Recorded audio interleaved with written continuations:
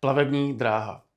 Dnes si povíme něco o tom, jak se značí plavební dráha a s jakými znaky se v plavební dráze můžete setkat.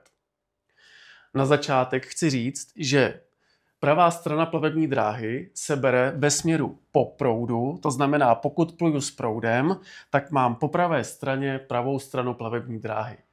Pravá strana plavební dráhy se značí červeným válcem, který má rovný vršek, a levá strana plavební dráhy se značí zeleným kuželem, který má vršek do špičky. Ty tvary těch znaků jsou důležitý a na konci videa vám řeknu proč. Dalšími znaky v plavební dráze jsou tzv. Znaky, které rozdělují plavební dráhu, jako například boje, která má vodorovné pruhy červeno-zelené barvy, anebo znak, který je umístěný na břehu a ten má dvojitý kužel, vrcholy k sobě, též červeno-zelené barvy. Dalšími znaky jsou znaky, které nám říkají, na které straně je plavební dráha. Jako například červená tabule nám říká, že plavební dráha je při pravém břehu. Zelenobílý dvojkužel nám říká, že plavební dráha je při levém břehu. Pokud uvidím tuto červenou značku, která nám říká plavební dráha je při pravém břehu, tak se snažím plout zkrátka v té pravé straně plavební dráhy.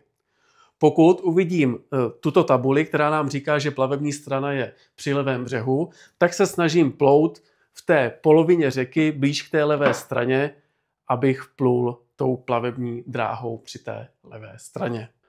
Přechodové signální znaky. Přechodové signální znaky dělíme na pravobřežní signální znaky a levobřežní signální znaky. Tyto znaky nám ukazují nebo doporučují cestu, která je bezpečná pro naši plavbu, která nás upozorňuje na nějaké překážky a máme se držet od jednoho přechodového znaku ke druhému. Jako například připlujeme k pravobřežnímu signálnímu znaku, otevře se nám cesta k levobřežnímu signálnímu znaku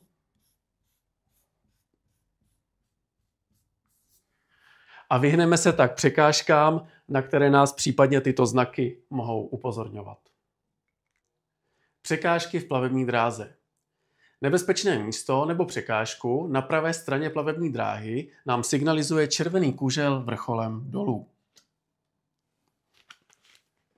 Nebezpečné místo nebo překážku na levé straně plavební dráhy nám značí zelený kužel vrcholem nahoru. Mezi další znaky označující překážky patří sloupky s vodorovnými pruhy a vrcholovým znakem. Překážku na pravé straně nám značí červenobílý sloupek, který má jako vrcholový znak červený válec. Překážku na levé straně plavební dráhy nám značí zelenobílý sloupek, který má jako vrcholový znak zelený kužel vrcholem nahoru. Bílé písmeno P na boji znamená, že plavební dráha vede podél míst stání.